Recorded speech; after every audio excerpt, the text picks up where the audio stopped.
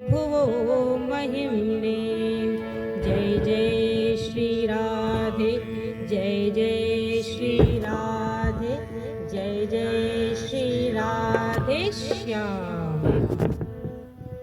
नव निवृत्त निकुंज विलासी श्री राधा वल्लभ लाल जी श्री हिप हरिवंश चंद्रजू महाराज के चरणों में प्रणाम करते हुए यहाँ पर उपस्थित जेल अधीक्षक महोदय जी, जेलर महोदय जी, अपराध मुक्त सामाजिक चिकित्सा समिति के पदाधिकारी एवं आप सभी भक्त वृंद, श्रोत्र वृंद, आपके हृदय बैठे श्री राधा कृष्ण युगल चरणारविंद में प्रणाम करते हुए आज के एक दिवसीय भाव रस में प्रवेश करते हैं। आज बड़ा ही शुभ दिन है। आज तुलसी दिवस है। तुलसी को ही वृंदा कहते हैं, सखी है श्री कृष्ण की। वृंदा के नाम पर ही वृंदावन धाम है। वृंदावन धाम ऐसा पवित्र धाम है जहाँ पर बस एक बार भी जीवन में यदि पहुँच जाया जाए तो श्री कृष्ण का प्रेम मिल जाए, कोई बड़ी बात नहीं है। धाम एवं तीर्थ में कुछ अंतर होता है। धाम में दर्शनों की प्रधानता होती है, तीर्थ में स्नान की प्रधानता होती है। तो आज हम एक दिवसीय भाव रस में प्रवेश करें। इसके पहले आइए अपनी वाणी को श्री कृष्ण नाम से, प्रभु के नाम से शुद्ध करते हैं। जय जय श्यामा, जय जय श्याम, जय जय श्री वृंदावन धाम। जय जय श्यामा, जय जय श्याम, जय जय श्री वृंदावन धाम। पावन राधा तेरो नाम, पावन राधा तेरो नाम, पावन श्री वृंदावन धाम। जय जय श्यामा, आप सब जोर से ताली बजाते हुए कीर्तन में भाग लें। जय जय श्यामा, जय जय श्याम, जय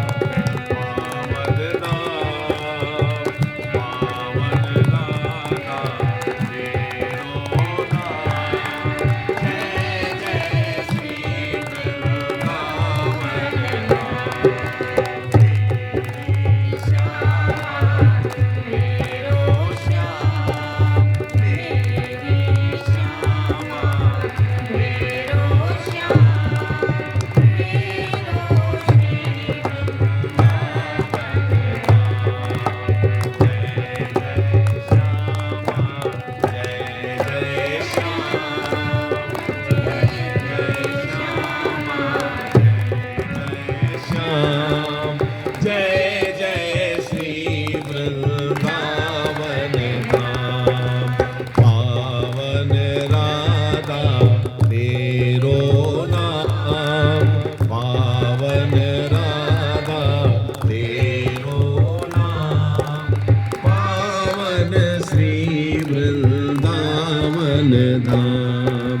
मेरी श्यामा मेरो श्याम, मेरी श्यामा मेरो श्याम, मेरो श्री वृंदावन धाम। प्यारी श्यामा प्यारो श्याम, प्यारी श्यामा प्यारो श्याम, प्यारो श्री वृंदावन धाम। प्यारी श्यामा प्यारो श्याम, प्यारो श्री वृंदावन धाम। यह जोरी अविचल अभिराम, यह जोरी अविचल अभिराम, हृदय बिराजो आटोयाम।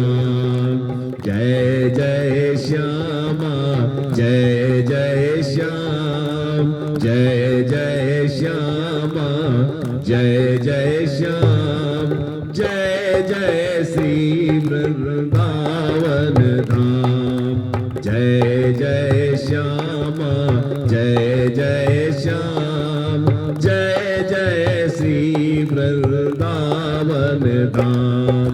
पावन राधा तेरो नाम, पावन राधा तेरो नाम, पावन श्री वृंदावन धाम।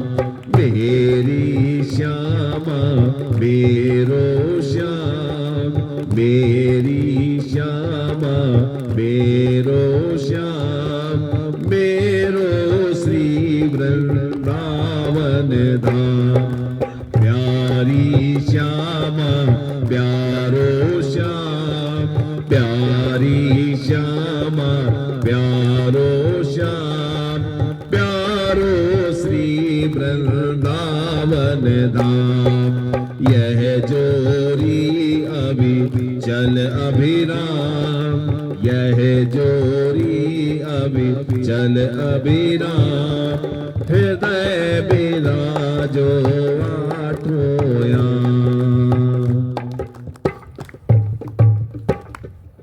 हमने कीर्तन में क्या कहा? मेरी श्यामा मेरो श्याम। प्रभु को यदि अपना कह दिया तो बस बाजी मार ली। आप ये समझिए, हम सबको अपना कहते हैं, परंतु प्रभु को अपना कहने में पूरा जीवन बीत जाता है। हमने जो अभी भजन किया, हमने क्या कहा? बोलो तो जरा। मेरी श्यामा मेरो श्याम, मेरो श्री वृंदावन धाम। बड़ी ऊंची बात कही हमने। आज तुलसी दिवस का प्रारंभ हमने बहुत ऊंची बात से कहा। हमने प्रभु को अपना कह दिया। संसार के लोगों के लिए आप कितना भी कुछ कर दीजिए, परंतु वो कभी कभी संतुष्ट नहीं होते। पर प्रभु तो कहते हैं बस मुझे अपना कह दो। हमने वही किया।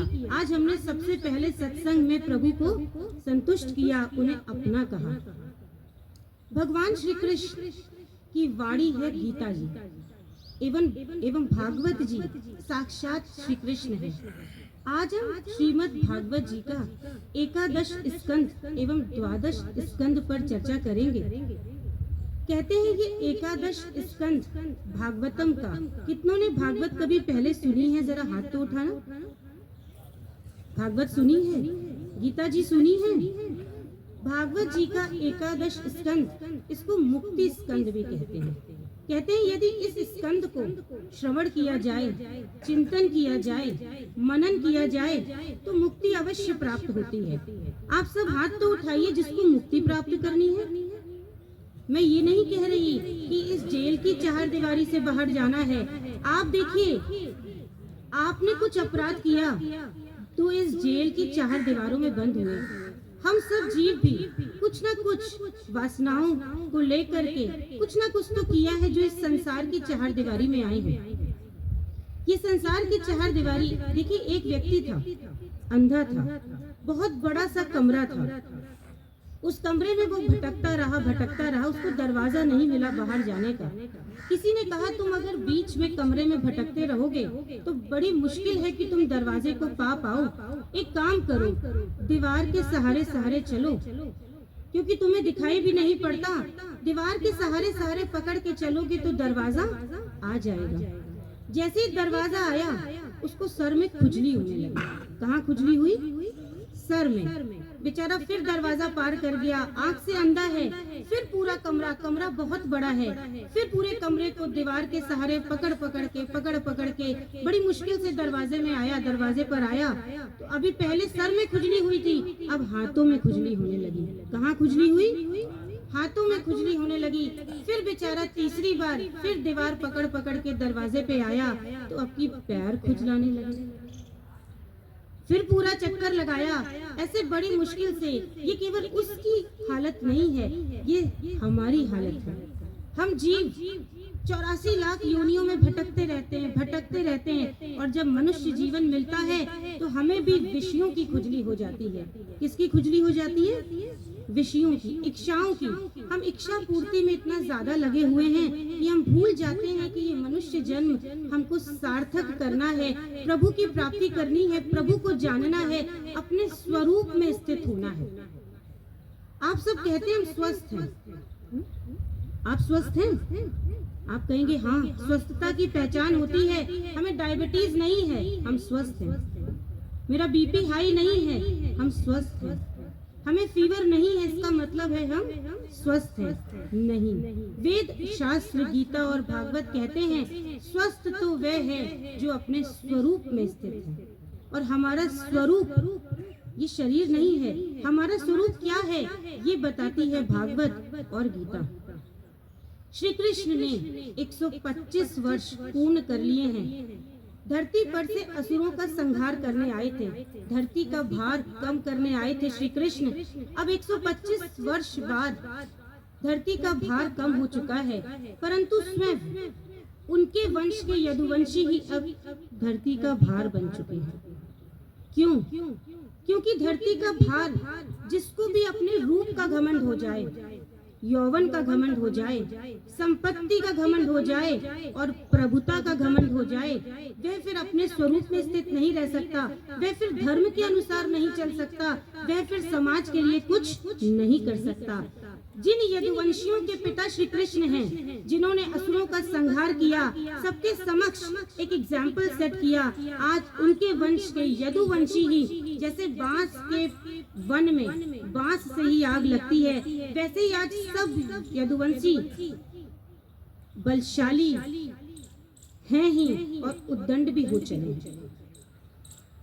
तभी किसी ने कहा है रूप यौवन संपत्ति प्रभुत्तमा विवेकता एकैकमप्य अनर्थाय किमु यत्र चतुष्टयम्।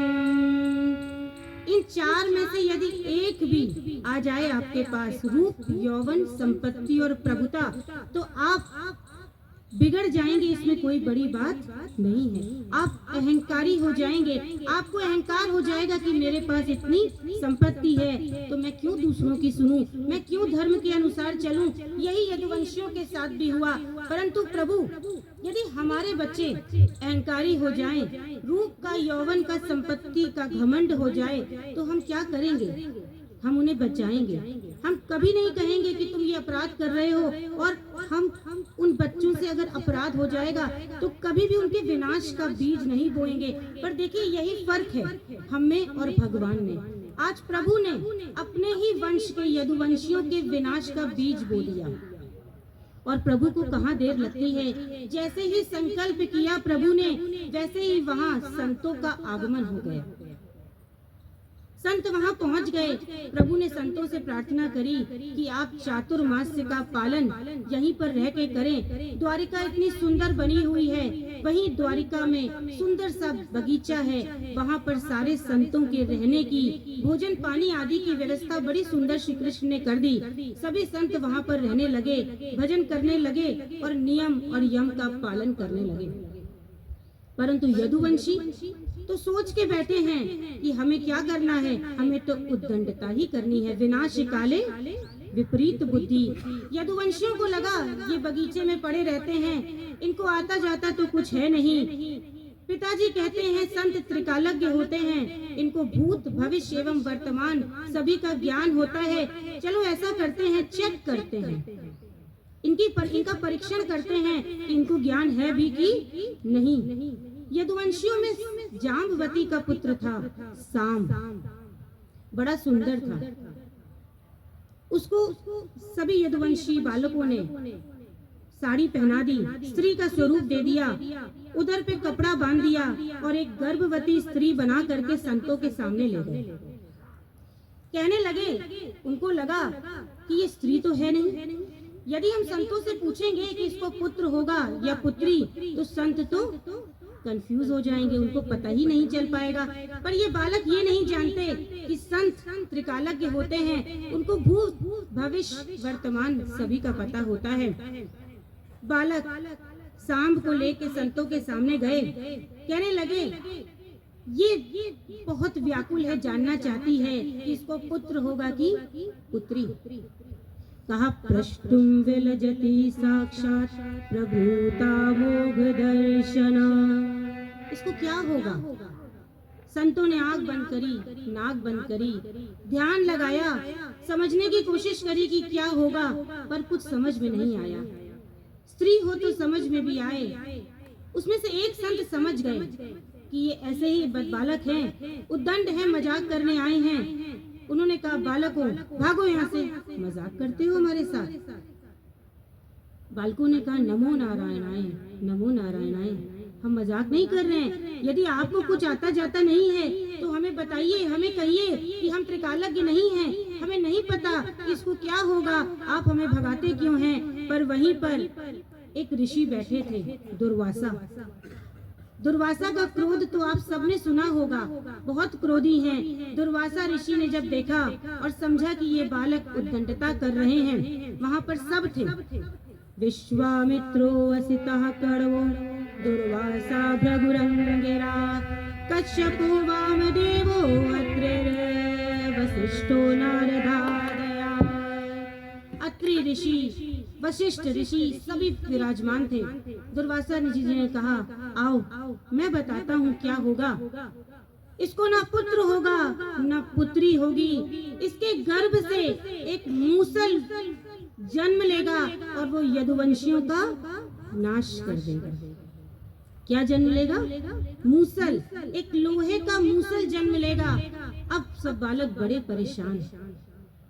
जब दुर्वासा जी ने कह दिया जनिष्यति वो मंदा मुसलम कुल नाशनम, तो बालक बड़े परेशान हुए। भागते भागते महाराजा उग्रसेन जी के पास गए।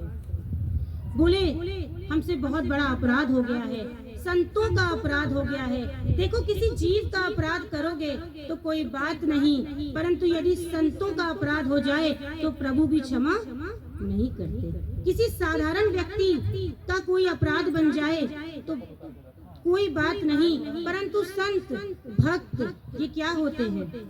ये प्रभु के जन होते हैं, हरिजन होते हैं। इनका अपमान हो जाए तो प्रभु भी क्षमा नहीं करते। उग्रसेन जी के पास गए। उग्रसेन जी ने कहा तुम्हारे पिता संतों का इतना सम्मान करते हैं, इतनी सेवा करते हैं, परंतु तुम सबने संतों का अपमान किया है। अब तो मेरे पास भी कोई साधन नहीं है, कैसे बचाऊं तुम्हें? तो एक काम करो, ये बात हम तुम्हारे पिता से छुपा के रखेंगे और तुम लोग एक काम करो, ये मूसल को समुद्र किनारे ले जाओ, इसको चूर चूर करके इसका चूरा समुद्र में फेंक दो। वो सब ले गए उस मूसल को, उसको चूर्ण किया और समुद्र के किनारे फेंक दिया। परंतु ये एक संत का श्राप था। उस चूर्ण से एरका नाम की घास उत्पन्न हो गई और उस चूर्ण को करने के बाद उस मूसल का जो कुछ अंश बचा कील के रूप में, वह एक मछली ने खा लिया। जब मछली पकड़ने वाले ने उस मछली को पकड़ा तो उस कील को निकाला तो एक बाण बनाने वाले बहेलिया ने ले लिया और यही कील अब श्री कृष्ण की लीला का संभरण करेगी, जिससे ये बाण बना है। ये बहेलिया इसी बाण को श्री कृष्ण के पैरों में मारेगा और श्री कृष्ण की 125 वर्ष की लीला का संभरण हो जाएगा। इधर श्री कृष्ण द्वारिका में अपने महल में विराजमान है। उधर से नारद जी आते हैं। नारायण नारायण, नारद जी तो सदा क्या जपते रहते हैं? नारायण नारायण। नारद जी आ गए श्री कृष्ण के पास। श्री कृष्ण जी बोले मैंने अपने साथ रहने वाले अपने संगी साथी सबका कल्याण का मार्ग दिखाया सबको और सबको अपने स्वरूप में स्थित कर दिया, परंतु अब मेरी लीला संभरण का समय आ गया है और मैं अपने माता पिता के लिए बहुत चिंतित हूँ। देवकी वसुदेव अभी भी मुझे अपना पुत्र मानते हैं।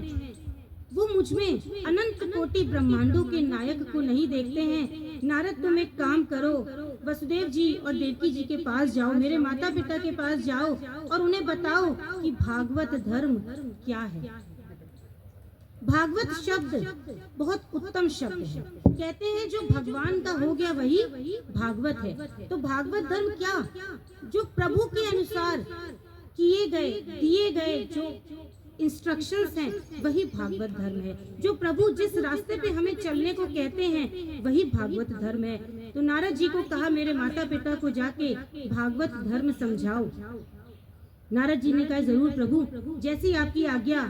नारद जी वसुदेव जी के पास पहुंचे। जैसे ही नारद जी का आगमन हुआ, वसुदेव जी ने कहा बहुत सुंदर, जब संतों का आगमन हो जाए जीवन में तो समझना अब जीवन में आगे का मार्ग प्रशस्त हो गया है। वसुदेव जी ने नारद जी का चरण चापन किया, आसन दिया, भोजन प्रसादी करवाई। फिर वसुदेव, क्योंकि प्रभु का संकल्प है, तो वसुदेव जी ने स्वयं पूछ लिया, आज मैं जानना चाहता हूँ कि भागवत धर्म क्या है, मैं कैसे अपने स्वरूप में स्थित हो सकता हूँ। आप देखिए वसुदेव जी और देवकी जी का भाग्य देखिए। देवकी जी के गर्भ से अनंत कोटि ब्रह्मांडों के नायक ने जन्म लिया है और वो क्या कह रहे हैं कि हमें भागवत धर्म बताइए। क्या आप और हम कभी किसी से पूछा आज तक हमने कि भागवत धर्म क्या है? क्या हमारे मन में कभी ये प्रश्न आया कि हम मनुष्य हैं तो हम धरती पर क्यों आए हैं? क्या हम सिर्फ खाने पीने मस्ती करने बस इसके लिए ही आए हैं? क्या हमारे मन में कभी प्रश्न आया? देखिए तो भाग्य, जो वसुदेव अनंत कोटि ब्रह्मांडों के नायक के पिता हैं, वे नारद जी से पूछ रहे हैं कि भागवत धर्म क्या है। और हम और आप इतने निश्चिंत हैं कि हमें पूरा जीवन बीत जाता है, कोई 50 का हो जाता है, कोई 70 का, कोई 80 का, और हमारे मन में ये प्रश्न कभी आता ही नहीं कि जीवन का उद्देश्य क्या है। क्या कोई बताएगा जीवन का उद्देश्य क्या है? आप में से कोई जवाब देगा? भैया कोई जवाब देगा? हमारे जीवन का उद्देश्य क्या है? क्या जन्म लेना, बच्चे जन्मना, नौकरी करना, पैसा कमाना, अपराध कुछ कर लेना, कुछ अच्छे काम कर लेना, क्या यही उद्देश्य है जीवन का? जब वसुदेव जी ने पूछा नारद जी से, तो नारद जी ने कहा अगर मैं डायरेक्ट प्रवचन देना शुरू कर दूंगा तो वसुदेव जी सोचेंगे मेरे लाला के आगे पीछे घूमते रहते हैं और आज मुझे ऐसे आकर के प्रवचन सुना रहे हैं। तो नारद जी ने कहा महाराज, आज आपने जो मुझसे प्रश्न पूछा है यही प्रश्न राजा जनक ने, कौन थे राजा जनक बताओ तो जरा। राजा जनक सीता जी के पिताजी राजा जनक ने नव योगेश्वरों से पूछा था। अब ये नव योगेश्वर कौन? देखिए, स्वयंभू मनु हुए ब्रह्मा जी के पुत्र, स्वयंभू मनु। मनु के पुत्र हुए प्रियव्रत और उत्तानपाद। उसमें से प्रियव्रत के पुत्र हुए आग्नेत्र, आग्नेत्र के नाभि, नाभि के ऋषभ देव जी और ऋषभ देव जी के 100 पुत्र हुए। सबसे बड़े पुत्र का नाम था राजा भरत, जिनके नाम पे आज इस देश का नाम जहां हम रहते हैं इसको भारतवर्ष कहते हैं। इसके पहले इस देश का नाम क्या था, किसी को पता है? हाँ, अजनाब वर्ष, अजनाब वर्ष नाम था भारतवर्ष के पहले। राजा भरत हुए नंबर 1। इसके बाद के जो 9 पुत्र थे वे नवद्वीपों के राजा हुए। उसके बाद के जो 81 पुत्र थे वे कर्मकांडी ब्राह्मण हुए और कर्म कांड का भारत में प्रचार और प्रसार किया। अब बचे कितने? 81, 9 और 1 हो गए 90, 91 हो गए। कितने बचे? 9। ये जो 9 बचे ये नव योगेश्वर हैं और इनके नाम बड़े सुंदर हैं। ये क्या कर रहे हैं? ये योग धर्म का प्रचार कर रहे हैं। इनका पहले नव योगेश्वर कवि, हरि, अंतरिक्ष, प्रबुद्ध, पिपलायन, चमस, द्रुमिल और करभाजन। ये नव योगेश्वर आज जनक जी को ज्ञान देने जा रहे हैं। जनक जी सबसे पहला प्रश्न पूछ रहे हैं नव योगेश्वरों से कि ये मानव जन्म इतना दुर्लभ है, बड़े भाग मानुष तन पावा, सुर दुर्लभ सब ग्रंथनि गावा। जब ये मनुष्य का जीवन इतना दुर्लभ है, तो इस जीवन में को पाने के बाद भी जीव दुखी क्यों है? देखो, दुख का तो उल्टा होता है। क्या होता है दुख का उल्टा? सुख। लेकिन आनंद का उल्टा किसी को पता है? आनंद का उल्टा क्या होता है? सुख के बदले में तो दुख मिलता है, परंतु आनंद के बदले में परमानंद मिलता है। क्योंकि आनंद जब मिल जाता है, और आनंद है केवल और केवल प्रभु के चरणों में। तो जनक जी नव योगेश्वरों से पूछ रहे हैं। जनक जी को विदेह भी कहते हैं, उनका एक नाम है विदेह। उनमें देह का भान नहीं है। जनक जी जो देह का भान नहीं है जिनमें, वे नव योगेश्वरों से पूछ रहे हैं कि ये मनुष्य किस लिए धरती पे आया है, और इतना दुर्लभ मनुष्य जीवन पाकर भी ये जीव दुखी क्यों है? हम सब सुख की चाह करते हैं, पर अंत में क्या मिलता है? दुख। क्योंकि आशा ही परमम दुखम, नैराश्यम परमम सुखम। ये आशा ही सबसे बड़ा दुख है। हम दूसरों से आशा रखते हैं, इसीलिए दुखी होते हैं। यदि हम दूसरों से आशा ना रखें तो हमें दुख नहीं मिलेगा। जब भी आपको दुख मिला है तो एक अपना दाहिना हाथ अपने हृदय में रख के बताइए, ये तभी मिला है जब हमने दूसरों से कोई आशा की है। यदि दूसरों से कोई आशा नहीं होगी तो हम कभी भी दुखी नहीं होंगे। तो आज जनक जी के इस प्रश्न पे, मनुष्य जन्म बहुत अनमोल है और हम इसको कैसे बिता दे रहे हैं, आइए सुनते हैं नव योगेश्वरों का उत्तर। मनुष्य जन्म अनमोल रे, मिट्टी में ना मोल रे। अब जो मिला है फिर न मिले, कभी नहीं कभी नहीं कभी नहीं रे।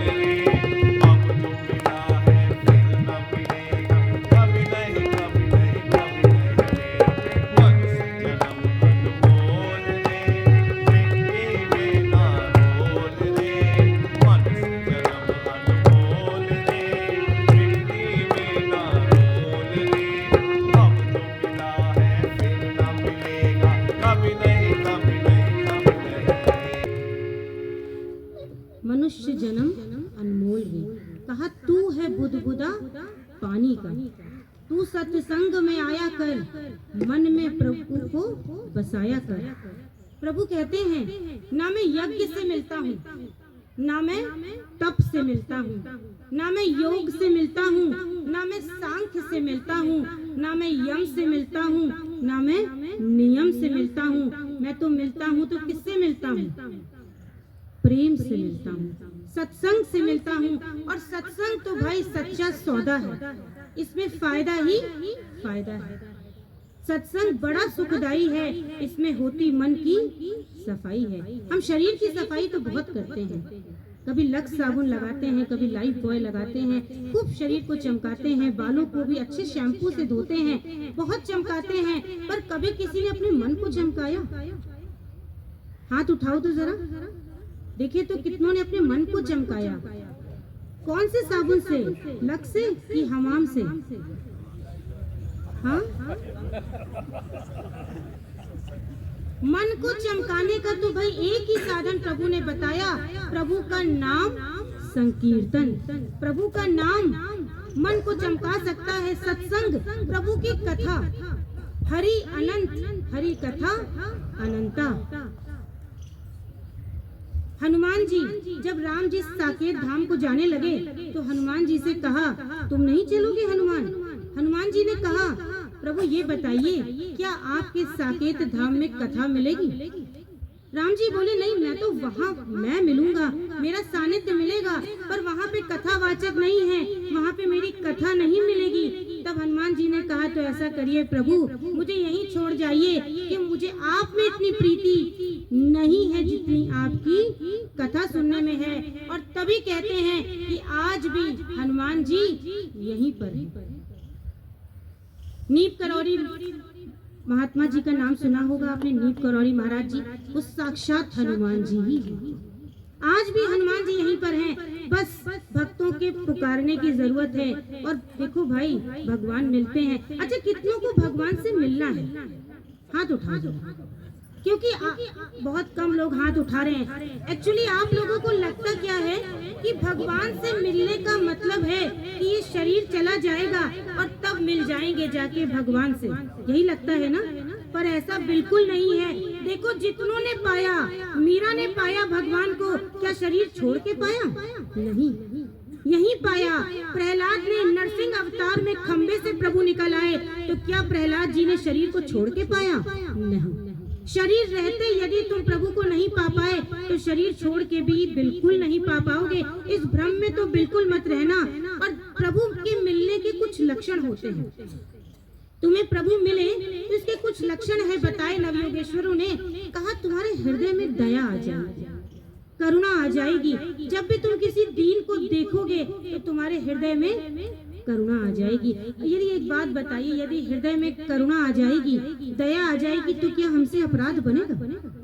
और अपराध मुक्त सामाजिक चिकित्सा समिति का उद्देश्य ही यही है कि समाज से अपराध खत्म हो जाए, कम हो जाए, पूरी तरीके से संपूर्ण रूप से खत्म हो जाए।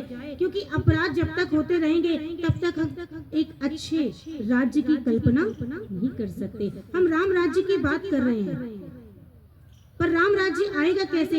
जब अपराध करने की प्रवृत्ति खत्म हो जाएगी।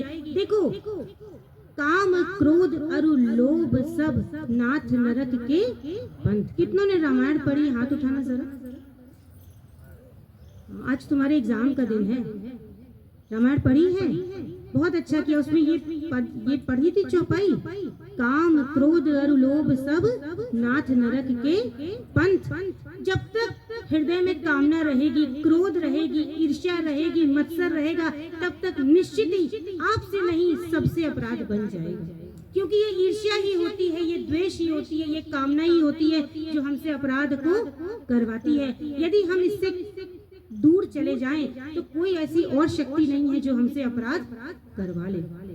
तो नव योगेश्वरों ने बताया कि भाई करना क्या होगा तुम्हें। यदि मनुष्य जीवन को सफल करना है तो सबके ममता ताग बटोरी, मम पद मनहि बांधी बड़ी डोरी। तुमने ये जो ममता बांध रखी है पिता से, पुत्र से, बाकी रिश्तेदारों से, ये सब रस्सी खींच के लानी है। और कहाँ लगानी है? प्रभु के चरणों में लगानी है, तब बात बनेगी। तो हम सब भवरोग से पीड़ित हैं। बुद्धि में उद्विग्नता है।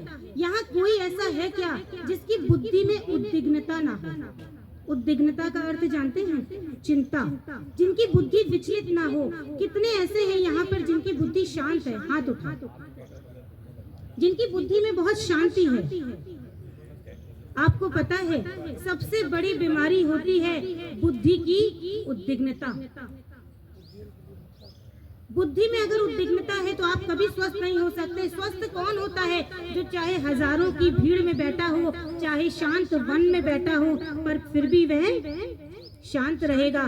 स्वस्थ कौन होता है? यदि कोई माला पहना दे तो बहुत खुश नहीं होगा, और यदि कोई 2 गालियां दे दे तो दुखी नहीं होगा। हमारी खुशी और हमारी सुख, हमारी खुशी और हमारा दुख सुख सब दूसरों के हाथों में है। हम तो भाई बड़े बेचारे हैं, क्योंकि हम इंतजार में है कि कोई आके हमारा सम्मान करे तो हम खुश हो जाएंगे, और कोई अपमान करे तो दुखी हो जाएंगे। हमने अपने खुशी और दुख की चाबी ये जो दूसरों को दी हुई है, वो चाबी हमें दूसरों से लेनी होगी। हम अपनी तिजोरी की चाबी क्या किसी को देते हैं? अपनी तिजोरी की चाबी किसी को दोगे? तो अपनी खुशी और दुख की चाबी क्यों दूसरों को दी हुई है? इसको भी अपने पास रखना होगा। फिर जनक जी को ये बात समझ में आई कि मनुष्य जीवन का उद्देश्य क्या है और इसको कैसे सफल करना है, तो अपनी ममता को प्रभु के चरणों में लगाना है। तो कवि जो नव योगेश्वर हैं, उन्होंने जनक जी को ये ज्ञान दिया। फिर आगे हरि जो दूसरे नव योगेश्वर हैं, उनसे जनक जी ने पूछा, ये बताइए कि प्रभु के उत्तम भक्त कौन से होते हैं, मध्यम भक्त कौन से होते हैं, और सबसे निकृष्ट भक्त कौन से होते हैं? तब नव योगेश्वर हरि ने कहा कि प्रभु के वो भक्त जो सब में प्रभु का दर्शन करते हैं, हरि व्यापक सर्वत्र समाना, प्रेम ते प्रगट हुई मैं जाना। जो सब में प्रभु का दर्शन करते हैं वो मेरे सबसे उत्तम भक्त हैं। उनको अपना भी स्मरण नहीं रहता, अपना भी होश नहीं रहता। फिर मेरे मध्यम प्रकृति के भक्त होते हैं। ये भक्त सब में प्रभु को देखते भी हैं, भक्तों का सम्मान करते हैं, संतों का सम्मान करते हैं, परंतु जो धर्म पे नहीं चलते उनसे वे द्वेष करते हैं। जो धर्म के अनुसार नहीं चलते हैं उनसे उनको ईर्ष्या होती है। ये मेरे मध्यम प्रकृति के भक्त हैं, और एक मेरे प्राकृत भक्त हैं, प्रारंभिक, जो क्या करते हैं, जो केवल मुझ में आस्था रखते हैं, परंतु ना तो मेरे भक्त जनों में ना मेरे संतों में आस्था रखते हैं। यदुवंशी ऐसे ही तो है ना। यदुवंशियों ने क्या किया? संतों का परीक्षण करने चल गए। देखो, संत चाहे वेश से हो, चाहे अंतर से हो, पर आपकी कोई सामर्थ्य नहीं कि आप संत को चेक करें, उनका परीक्षण करें। देखो, संतों का वैसे तो कोई वेश नहीं होता। पीले वस्त्र, नारंगी वस्त्र, सफेद वस्त्र, ये तो मार्केट में 100 रुपए मीटर मिल जाते हैं। इसको पहन के कोई संत नहीं होता। संत तो एक पैंट शर्ट में भी हो सकता है। संत वो है जिसने अपने को स्थित कर लिया है, अपने को शांत कर लिया है। गीता क्या सिखाती है? सम रहना है, हर परिस्थिति में समता लानी है। यदि हम सम हैं तो हम चाहे कुछ भी वेश बनाएं। वेश तो देखो इसलिए होता है कि जिसने एक बार संत का वेश बना लिया, देखो तुम पैंट शर्ट में सपोज एक दिन तुमने सोचा हम तो संत सा आचरण करेंगे, हम तो धर्म का पालन करेंगे, आज से हम कोई भी गलत काम नहीं करेंगे, परंतु अभी वेश नहीं बनाया, तो अगले दिन क्या होगा? हो सकता है कि तुम उसको छोड़ दो, फिर तुम धर्म के अलग चलने लग जाओ। परंतु यदि संत का वेश होगा तो वो वेश उस संत को, उस व्यक्ति को बाध्य करेगा कि तुमको नियम का पालन करना ही है। इसलिए वेश दिया जाता है, इसीलिए संन्यास धर्म होता है। आगे जाके उद्धव जी श्री कृष्ण से पूछते हैं, संन्यास धर्म क्या है? बद्ध कौन है, मुक्त कौन है? तब श्री कृष्ण एक बहुत सुंदर सा उदाहरण देते हैं। वो कहते हैं कि एक 10 गधे थे। 10 गधों को बांधने के लिए जो बांधने वाला था उसके पास केवल 9 रस्सियां थी। कितनी रस्सियां थी? 9। तो 9 गधों को तो बांध दिया, अब एक रस्सी कम पड़ गई। तो क्या किया गधे बांधने वाले ने? उसके ऊपर हाथ फेरा, नीचे हाथ फेरा, और ऐसा उसको प्रतीत करवाया कि वो बंध गया है। अगले दिन वो उसी स्थिति में मिला। अगले दिन जब वो बांधने वाला आया और सबको खोलने लगा, तो 9 गधे जिनको बांधा था उनको तो रस्सी से खोल दिया, पर 10वां जिसको बांधा नहीं था उसको नहीं खोला। वो वहां से टस से मस ना हो, उसको एक डंडा मारा, 2 मारे, फिर भी वो हटे ना वहां से। तब बताया किसी ने कि ऐसा करो, ये जो कल तुमने इसको ये जो भाव दिया है कि हम बंधे हैं, ये जो भ्रम दिया है, इस भ्रम से इसे मुक्त करो और तुम बिना रस्सी के ही जो एक्शन तुमने कल किया था, हाथ फेरा था रस्सी बांधने का, वही एक्शन अब रस्सी खोलने का दोबारा करो, तब इसको पता चलेगा कि मैं खुल गया। तो बद्ध और मुक्त तो कुछ होता ही नहीं। जब प्रभु ने हंस का अवतार लिया तो सनक सनंदन सनातन सनत कुमार उन्होंने प्रभु से पूछा, हो भगवान आप कौन हैं? तो प्रभु ने कहा, तुम्हारा ये प्रश्न ही गलत है, क्योंकि यदि तुम ये प्रश्न इसलिए कर रहे हो, शरीर से रिलेटेड कर रहे हो, तो मेरा शरीर भी पंच महाभूतों से बना है, क्षिति जल पावक गगन समीरा, और तुम्हारा शरीर भी 5 तत्वों से बना है, तो भी तुम्हारा ये प्रश्न गलत है। यदि तुम आत्मा के संबंध में ये प्रश्न कर रहे हो तो भी तुम्हारा ये प्रश्न गलत है, क्योंकि आत्मा तो ना कभी मरती है ना। तो करना क्या है? उस सांवरे, उस सलोने, उस श्री कृष्ण की शरण ले लेनी है। सांवली सूरत पे अपने मन को लगा देना है, अपने मन को उनके चरणों में और सूरत में लगा देना है। जब भी प्रभु के दर्शन करो तो चरणों से लेके मुख तक करो, ना डूब जाओ तो कहना। आइए सुनते हैं। सांवरी सूरत पे मोहन दिल दीवाना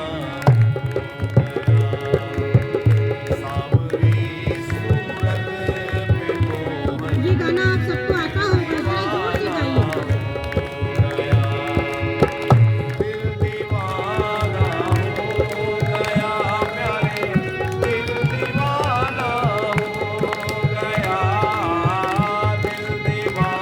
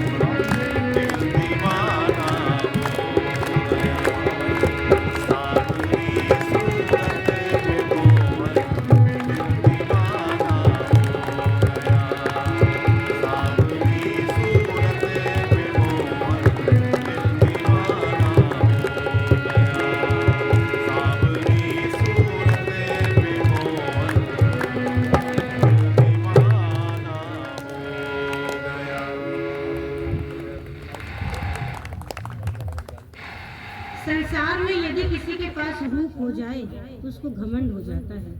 प्रभु तो देखो रूपवान, ऐश्वर्यवान, माधुर्यवान, परंतु अहंकार नाम मात्र का भी नहीं। कहते हैं मैं तो भक्तों के पीछे पीछे चलता हूँ, जहाँ से भक्त होके जाता है वहाँ की रज अपने माथे पे लगाता हूँ। ऐसे प्रभु, इतने मीठे प्रभु होने के बाद भी हम क्या करते हैं, उनकी शरण में नहीं जाते। देखो शरण में हमेशा शरण्य के जाना चाहिए। प्रभु शरण्य है, शरण देने में सक्षम है। हम सबकी शरण लेते हैं, कभी मालिक की शरण लेंगे, कभी पुत्र की, पुत्री की, सबकी शरण ले लेते हैं संसार में, किसी को नहीं छोड़ते, परंतु एक प्रभु की शरण नहीं लेते। शरण बहुत सोच समझ के लेनी चाहिए। श्री रामचंद्र जी ने भी शरण ली थी समुद्र की। क्या हुआ था? समुद्र ने बात नहीं मानी थी और फिर राम जी को कोप करना पड़ा था। भय बिना होए ना प्रीति। तो शरण में तो भाई उसकी जाओ जो शरण देने के काबिल हो, लायक हो। शरण्य की शरण में जाओ। तो यही नवयोगेश्वर कह रहे हैं। फिर अगला प्रश्न अंतरिक्ष जी से जनक जी कह रहे हैं, पूछ रहे हैं, कह रहे हैं प्रभु ये बताइए माया का स्वरूप क्या है? ये माया कहते किसको है? भाई देखो माया तो प्रभु की है, क्योंकि प्रभु का एक नाम है माया पति। उन्होंने बताया माया तो ऐसी है जैसे देखो हिरन जब प्यासा होता है तो रेगिस्तान में दौड़ता है, रेत पर जब सूर्य की चमक पड़ती है तो उसको लगता है पानी है, दौड़ के वहां जाता है पर वहां पानी नहीं मिलता। फिर आगे दौड़ता है, सोचता है पानी मिल जाएगा, फिर दौड़ता है, नहीं मिलता पानी, क्योंकि वहां पानी है ही नहीं। जहाँ पे पानी है नहीं वहां पानी कैसे मिलेगा? वहां तो रेत ही रेत है बस। ऐसे ही संसार का एक नाम है दुख आलय। क्या नाम है? आप कहेंगे हम कहाँ दुखी हैं, हम तो बहुत सुखी हैं, हमारे तो बाल हैं, बच्चे हैं, बहुत सब कुछ धन है, हमारे पास बड़ा मकान है, बड़ी गाड़ी है, हम बहुत सुखी हैं। पर ये वस्तुएं सब असत। क्या है? असत। सत्य तो क्या है? अपनी आत्मा सत्य है, प्रभु सत्य है। जिस दिन सत्य मिलेगा उसी दिन आनंद मिलेगा। तो माया का स्वरूप नव योगेश्वर जी बता रहे हैं, मैं अरु मोर तोरते माया जही बस कीन्हे जीवन काया, गोचर जह लगी मन जाई, सो सब माया जाने भाई। ये गोचर जहाँ तक तुम्हारी नजर जा रही है वो सब माया ही है। जितना कुछ दिख रहा है वह सब झूठ है और जो दिख नहीं रहा वही सच है। हम कहते हैं भगवान है तो दिख जाएं, हमें नेत्रों से दिख जाएं। ऐसे कैसे दिख जाएंगे? ये नेत्र तो तुमने संसार में रमा करके रखे हैं। आज देखो अभी गधे का एग्जाम्पल दिया ना, उसको लग गया कि मैं बंधा हूँ, वो बंधा है नहीं। ऐसे हमें लग गया कि हमारे ये नेत्र संसार को देखने, इस जो चक्षु, ये जो चक्षु है, जो चर्म चक्षु है, इनसे हम प्रभु को नहीं देख पाएंगे। प्रभु को देखना है तो देखो, जैसे कुछ पाना है तो कोई क्वालिफिकेशन चाहिए, पर प्रभु को पाने के लिए कोई क्वालिफिकेशन नहीं चाहिए। यदि प्रभु पीएचडी होल्डर को मिलते होते तो क्या गज को मिलते? क्या प्रभु बहुत अमीर को मिलते होते जो बहुत प्रभुता संपन्न है तो क्या सुदामा को मिलते? सुदामा तो बहुत गरीब थे। एक पोटली चावल लेके गए थे और वो चावल भी 5 घरों से मांग के लाए थे, उनको तो मिल गए। तो क्या प्रभु पैसे से मिलते हैं? क्या ज्ञान से मिलते हैं? नहीं। ज्ञान से मिलते होते या बहुत ज्यादा महल दुमहले हो तुम्हारे तो मिल जाएंगे क्या? तो भी नहीं मिलते। अगर मिलते होते तो क्यों मीरा महल और दुमहलों को छोड़ करके कृष्ण के पास जाती, वृंदावन जाती? क्यों वन में जाती मीरा तो बचपन से महलों में ही हुई थी। पर महलों में भी देखो मीरा को आनंद नहीं आया। क्यों नहीं आया? क्योंकि वो आनंद की सच्ची खोज में थी। हम एक झूठा जीवन जी रहे हैं। हमें लगता है हमें इससे खुशी मिल जाएगी, इससे खुशी मिल जाएगी, पर जिस दिन तुम एकांत में बैठोगे और जानने की कोशिश करोगे क्या हम सच में खुश हैं, तब तुमको इस प्रश्न का उत्तर मिलेगा।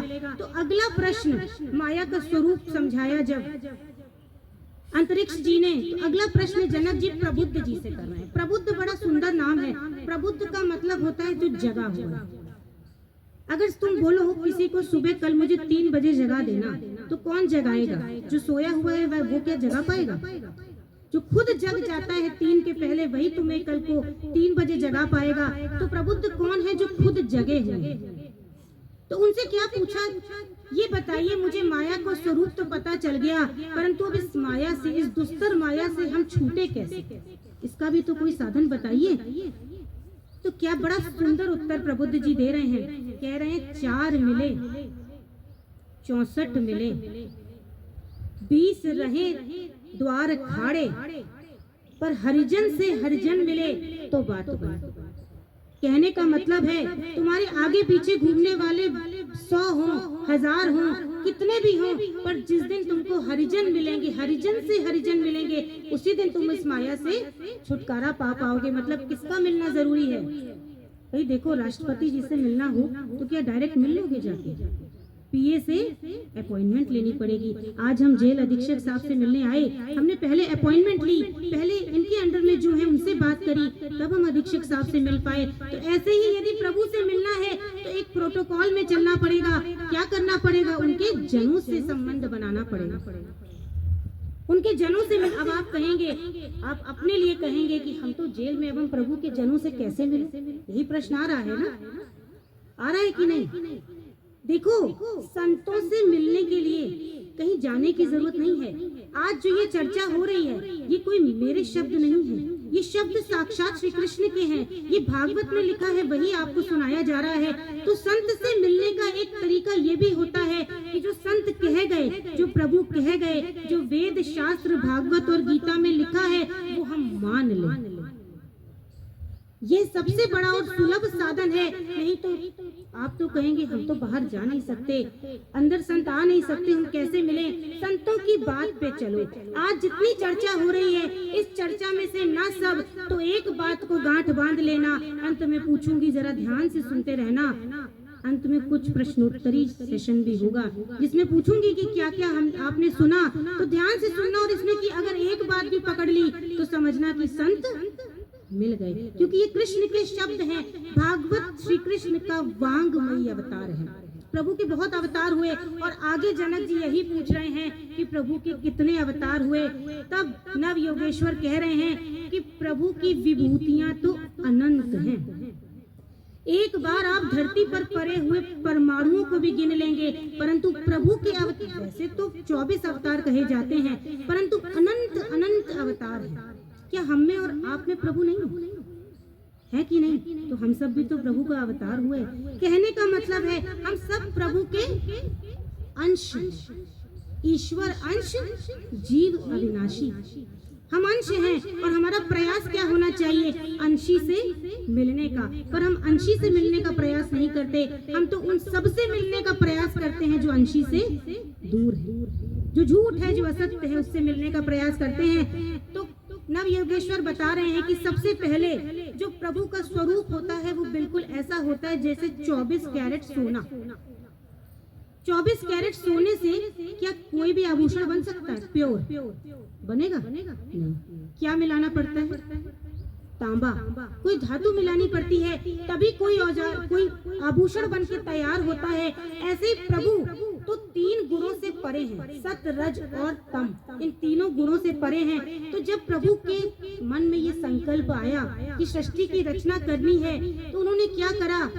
सतो गुण का विकास किया अपने में, और फिर माया को मिलाया और पुरुष रूप में आए। तो सबसे पहला अवतार प्रभु का जो सतगुण और माया को मिला करके हुआ, वो पुरुष अवतार कहा जाता है। दूसरा अवतार प्रभु का, उसमें उन्होंने रजोगुण में माया को मिलाया, तो ब्रह्मा जी हुए, जिन्होंने आगे सृष्टि की रचना करी। और तीसरा गुण जो सृष्टि में पहले से ही है, तमोगुण, उसमें माया को मिलाया, तो भोलेनाथ बने, शिव बने।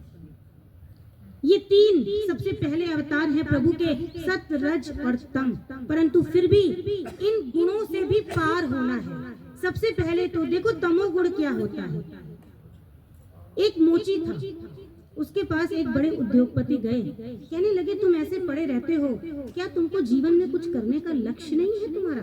क्या तुम कुछ पाना नहीं चाहते? मोची ने कहा अच्छा, तो क्या मैं अगर कुछ पा लूंगा तो क्या होगा? उद्योगपति ने कहा तुम आराम से रहोगे, बहुत आराम। मोची ने कहा तो मुझे अभी क्या कष्ट है?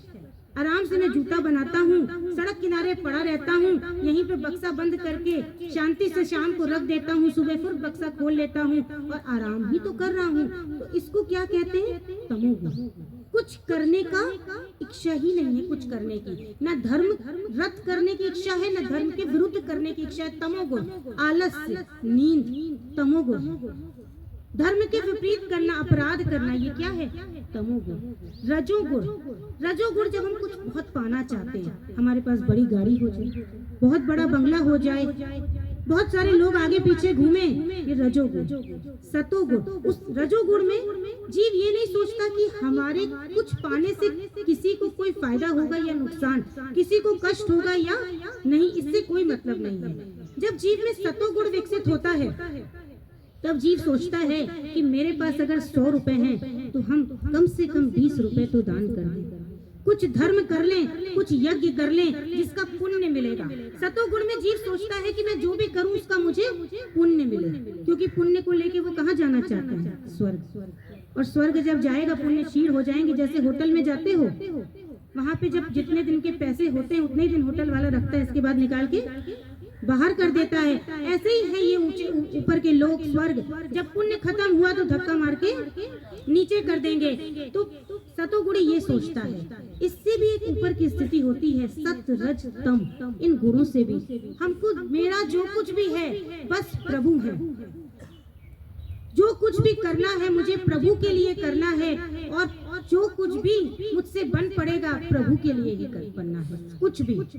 ये इससे भी ऊपर की स्थिति होती है, हम शरणागत हो गए। और प्रभु तो दावा करते हैं गीता जी में कि जो मेरी शरण में आ जाता है, आप जीवन भर सतोगुण को बढ़ा के लगे रहो कि आज मैं मातृ ऋण उतार लूं, मैं पितृ ऋण उतार लूं, मैं गुरु ऋण उतार लूं, मैं मित्र ऋण उतार लूं। कितने ऋण उतारते रहोगे? अनंत अनंत बार जन्म ले चुके हो, कितने ऋण उतारोगे? कितने पापों का बैलेंस करोगे? और एक बात समझ लेना, पुण्य से पाप बैलेंस नहीं होते। पुण्य का खाता जैसे SBI में है तो पाप का खाता एक्सिस बैंक में होता है, बिल्कुल अलग। वहाँ का स्टेटमेंट बिल्कुल अलग निकलेगी, पुण्य की आपके, पाप की बिल्कुल अलग निकलेगी। तो बिल्कुल मत सोचना कि 2 को गोली मारी और इसके बाद जाके गंगा नहा लेंगे तो बहुत सब धुल जाएगा पाप, ऐसा बिल्कुल नहीं होता। ये तो भाई तभी होता है जब तुम प्रभु की शरण में चले जाओ। प्रभु की शरण तो बस पहली बात जो हमने बताई, मेरी श्यामा, मेरे श्याम, मेरे राम, बस मेरा कह देना है, बस इतने से ही प्रभु रीझ जाते हैं। तो इतना बताने के बाद बाकी और अवतारों का वर्णन किया, इसकी चर्चा हम पूरी तो नहीं कर पाएंगे, कभी समय मिलेगा तो सब अवतारों की चर्चा करेंगे। आपको कुछ अवतार तो पता होंगे, जरा बताइए तो भगवान के अवतारों को, कुछ अवतारों के नाम पता है ना आपको? बताइए। वामन अवतार, वेरी गुड। और बताइए। नरसिंह अवतार, बहुत अच्छे। नरसिंह अवतार, वामन अवतार, आगे बढ़िए। कृष्ण अवतार, वेरी गुड। और बताइए तो जरा सारे अवतार जरा कर लेते हैं 24। राम अवतार, बहुत अच्छे। अभी बोला आपने वामन अवतार, नरसिंह अवतार, राम और कृष्ण। और बताइए, गज को किसने तारा था? जब गज फंस गया था ग्रह से, किसको बुलाया था? हरि को बुलाया था। गजेंद्र मोक्ष पढ़ा कभी आप लोग ने? हाँ, गजेंद्र मोक्ष पढ़ा करो। गजेंद्र मोक्ष पढ़ते रहोगे तो मोक्ष की तरफ बढ़ने लग जाओगे। हरि अवतार हुआ था। जब समुद्र मंथन हुआ था तो प्रभु किस रूप में थे? हाँ, कछुआ। किसने बोला कछुआ? जरा हाथ उठाना, इनके लिए तालियां तो बजाओ जरा। कच्छप अवतार था प्रभु का। और बताओ, कच्छप अवतार हो गया, नरसिंह हो गया, वामन हो गया, राम हो गया, कृष्ण हो गया, हरि हो गया। कूर्मा अवतार था, वराह अवतार था। जब हाँ, वराह अवतार था। देखो, कहते हैं ना कि प्रभु तो मतलब जीव जंतुओं से ही आगे बढ़ के हम आए हैं। जो डार्विन की फिलॉसफी है ये बिल्कुल सही है। वराह अवतार हुआ था, पृथ्वी को निगल गया था हिरण्याक्ष, तब वराह अवतार हुआ था। बहुत जानकार हैं आप सब, पढ़ा करिए। अपने शास्त्रों का ज्ञान बहुत जरूरी है, क्योंकि देखो अभी तक हम करते क्या हैं, सिर्फ सुनी बातों पे विश्वास कर लेते हैं। कभी भी सुनी हुई बातों पे विश्वास मत करिए, क्योंकि सुनने में क्या होता है, देखिए आपको एक एग्जाम्पल के थ्रू बताते हैं। एक बहुत बड़े सेठ थे, तो उनको चावल का माड़ पीने की आदत हो गई। बहुत अच्छा लगता था उनको चावल का माड़। आप में से किसी को अच्छा लगता है?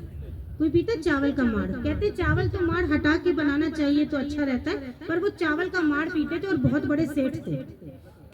तो उनकी पत्नी ने माड़ बनाया, पुत्र को बुलाया कि जाओ अपने पिताजी को दे आओ।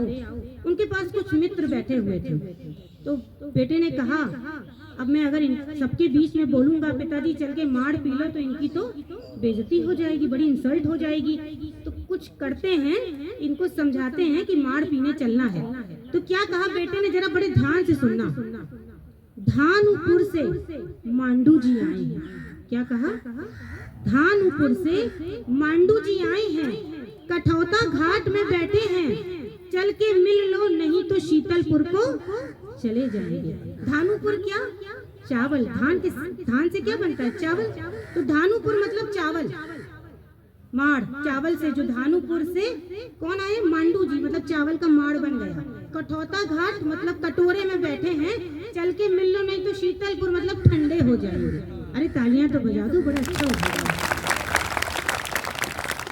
तो ये उदाहरण किसके लिए है? जो वेदों और शास्त्रों की बातों को समझते नहीं है और गलत तरीके से अपनी इच्छाओं की पूर्ति करने के लिए उसको अपने तरीके से ढाल लेते हैं। जैसे वेदों में कहा गया है कि जिसको हिंसा की बहुत आदत है, जो हिंसा के बिना रह नहीं सकता, वो क्या करे? मेरे निमित्त पशु बलि करे। मेरे निमित्त। देखो एक मेथड होता है, आपकी अगर किसी भी वस्तु में से प्रीति नहीं जा रही है, कोई आदत है, जैसे सिगरेट पीते हैं आप और उसकी आदत नहीं जा रही है, उसको प्रभु को अर्पण करो। क्योंकि देखो कुछ भी है यहाँ, सत असत सब किसका है? उस कृष्ण कन्हैया का है। तो क्या कर दो? प्रभु ने कहा हिंसा मेरे निमित्त कर दो, तो तुम्हारी ये हिंसा की आदत चली जाएगी। फिर प्रभु ने कहा वेदों में कि यदि तुमसे सुरा नहीं छूटती, सुरा मतलब शराब, तो क्या करो? उसको मेरे निमित्त अर्पित कर दो, पियो मत, सूंघ लो। वेद में ऐसा लिखा है। तो लोगों ने क्या समझा कि वेद तो हमें अधिकार दे रहा, हमें परमिशन दे रहा है कि शराब को पिया जा सकता है। वेदों में लिखा कि यदि आपको अपने मातृ ऋण और पितृ ऋण से मुक्त होना है तो विवाह बंधन में बंधिए और पुत्र और पुत्री के जन्म से आपके मातृ ऋण और पितृ ऋण उतर जाएंगे। पर लोगों ने अपनी इच्छाओं केवल वशीभूत होकर सोचा कि वेदों ने हमको तो परमिशन दे दी है विवाह करके भोगों की। तो ऐसा बिल्कुल नहीं है। ये वही बात है कि धानुपुर से मांडू जी आए, कठौता घाट में बैठे हैं, चल के मिल लो नहीं तो शीतलपुर को चले जाएंगे। तो वेदों में जो लिखा है वो हम और आप साधारण जीव नहीं समझ सकते, वो तो भाई उनसे ही समझना पड़ेगा जो इनके जानकार हैं। आप क्या कोई भी दवाई ऐसे ले लेते हो क्या? नहीं, डॉक्टर से प्रिस्क्रिप्शन लिखवाते हो, फिर लेते हो कि डॉक्टर ही बताएगा कि इस मर्ज की दवा क्या है। तो वेद और शास्त्रों की भाषा को हम क्यों इतना सिंपल समझते हैं, क्यों इतना सहज समझ रहे हैं? वेद और शास्त्र तो इतने गूढ़ हैं, इतना गूढ़ ज्ञान है कि डॉक्टर इंजीनियर नो डाउट बहुत अच्छा कर रहे हैं, समाज के लिए बहुत अच्छा कर रहे हैं। पर एक बात बताऊं, इसकी पढ़ाई भी इतनी सांसारिक कोई पढ़ाई इतनी टफ नहीं है जितना अपने धर्म को समझना, अपने शास्त्रों को समझना, वेद को समझना, वेदांग को समझना, भागवत को समझना। सांसारिक ज्ञान तो आप इंजीनियर बन गए, इंजीनियरिंग आ गई, परंतु जब मृत्यु होगी, अगला जन्म होगा तो वो इंजीनियरिंग का कंटेंट आपको याद नहीं रहेगा। परंतु वेद शास्त्र अपने धर्म को जितना पढ़ेंगे वो अगले जन्म में आप वहीं से स्टार्ट करेंगे, वो याद रहता है। क्योंकि वेद तो प्रभु के नेत्र हैं, प्रभु के नेत्र वेदों को कहा गया है। इतना पूछने के बाद अब जनक जी ने अवतारों का वर्णन सुना। इसके बाद प्रभु पूछ रहे हैं जनक जी महाराज नव योगेश्वरों से कि ये बताइए कि कितने युग होते हैं, ये आप हमें बताइए। 4 युग होते हैं। कौन कौन से? बहुत अच्छे, तालियां बजाइए इनके लिए। तो जनक जी नव योगेश्वरों से प्रश्न कर रहे हैं कि इन 4 युगों में प्रभु का स्वरूप कैसा है। तब नव योगेश्वर चमस जी बता रहे हैं कि सतयुग में प्रभु का स्वरूप सफेद है, श्वेत वर्ण, शुभ्र स्वरूप है। कमंडल लिए हुए हैं, वलकल लिए हुए हैं, निरभिमानी, बहुत सहज, बड़ा ही सुंदर स्वरूप श्वेत वर्ण का है। फिर पूछा त्रेता में प्रभु का स्वरूप, त्रेता में प्रभु रक्त वर्ण के हैं। यज्ञ वेद वेदांगों के माध्यम से यज्ञ द्वारा प्रभु को संतुष्ट करना, ये त्रेता में प्रभु का स्वरूप हुआ। और द्वापर में प्रभु का स्वरूप क्या हुआ? श्री कृष्ण मुरलीधारी मोर पंखधारी, ये द्वापर में प्रभु का स्वरूप हुआ श्री कृष्ण।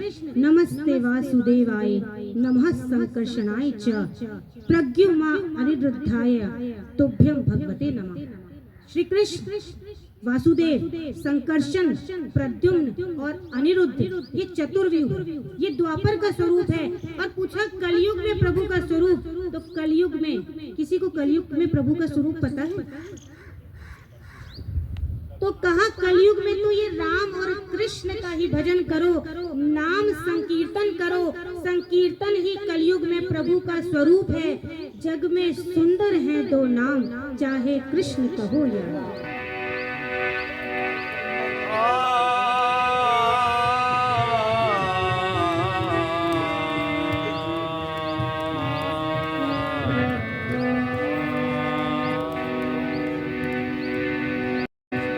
जग में सुंदर है दो नाम, दो नाम, दो नाम।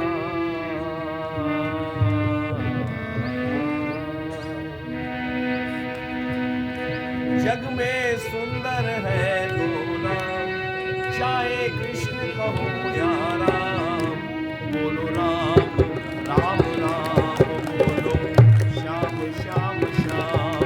बोलो राम राम राम, बोलो श्याम श्याम श्याम। जग में सुंदर है दो नाम, चाहे कृष्ण कहो या राम। बोलो राम राम राम, बोलो श्याम श्याम श्याम। बोलो राम राम राम, बोलो श्याम श्याम श्याम।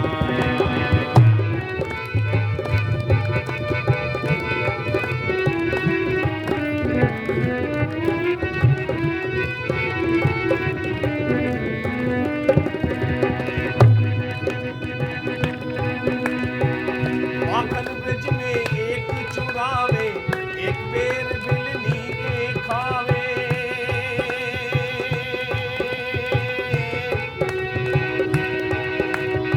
माखन ब्रज में एक चुरावे, एक बेर बिलनी के खावे। दोनों दिन के दुख हरत है, दोनों बल के नाम, चाहे कृष्ण कहो या राम। जग में सुंदर है दो नाम, चाहे कृष्ण कहो या राम। बोलो राम राम राम, बोलो श्याम श्याम श्याम। बोलो राम राम राम, बोलो श्याम श्याम श्याम।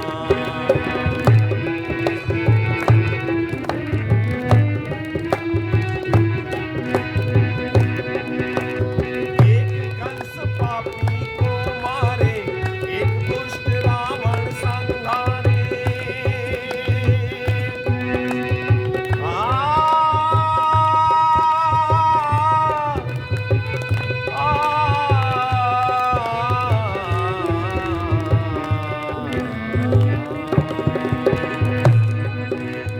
एक कंस पापी को मारे, एक दुष्ट रावण संहारे।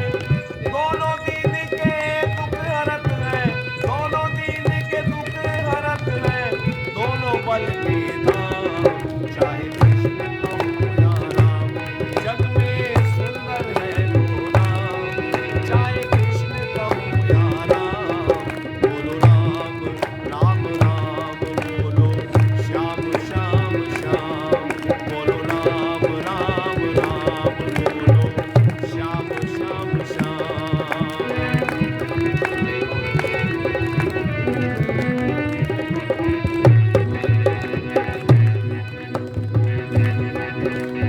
एक राधिका के संग राजे, एक जानकी संग विराजे। एक राधिका के संग राजे, एक जानकी संग विराजे। चाहे सीता राम को या बोलो राधे श्याम, चाहे कृष्ण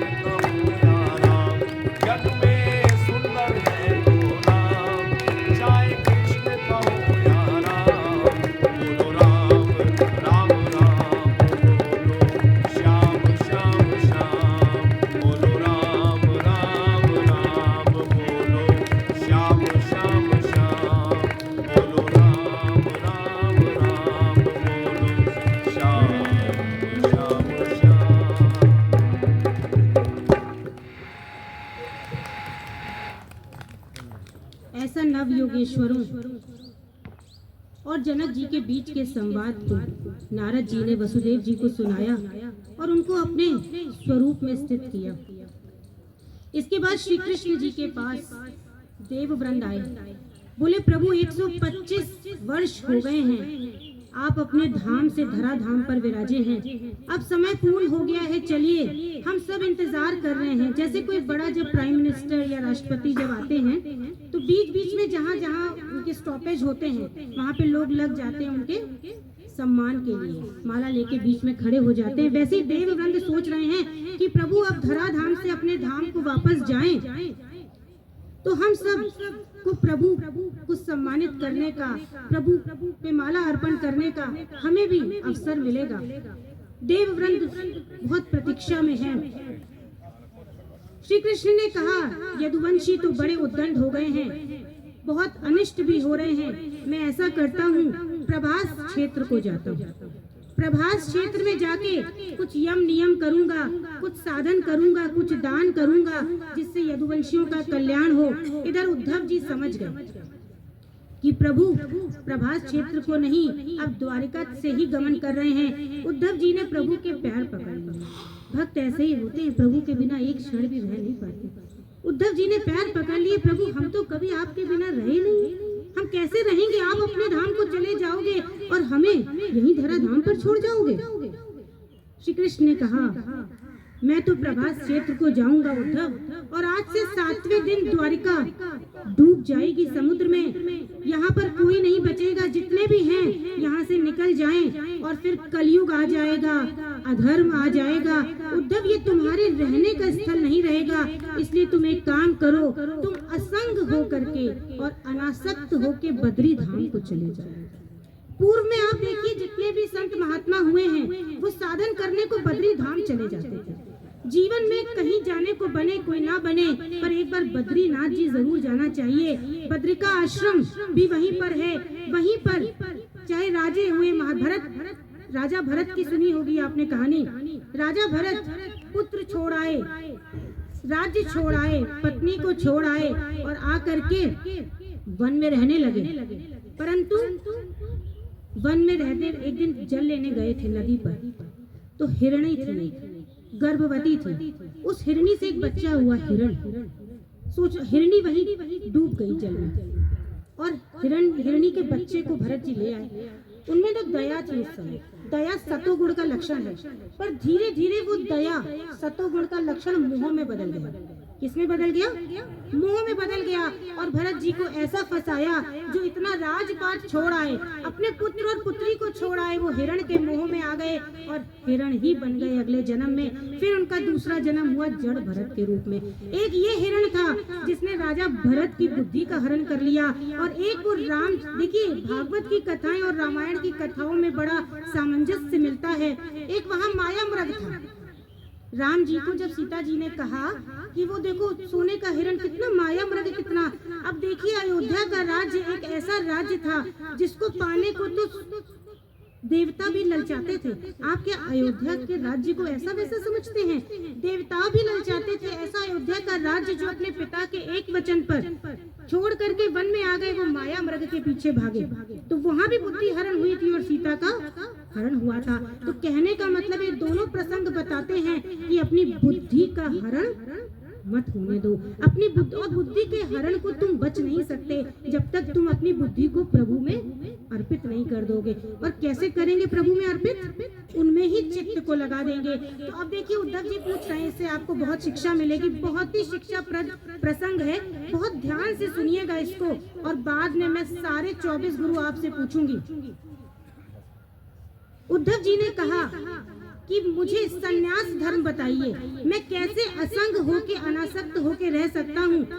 तो श्री कृष्ण महाराजा यदु की कथा सुना रहे हैं।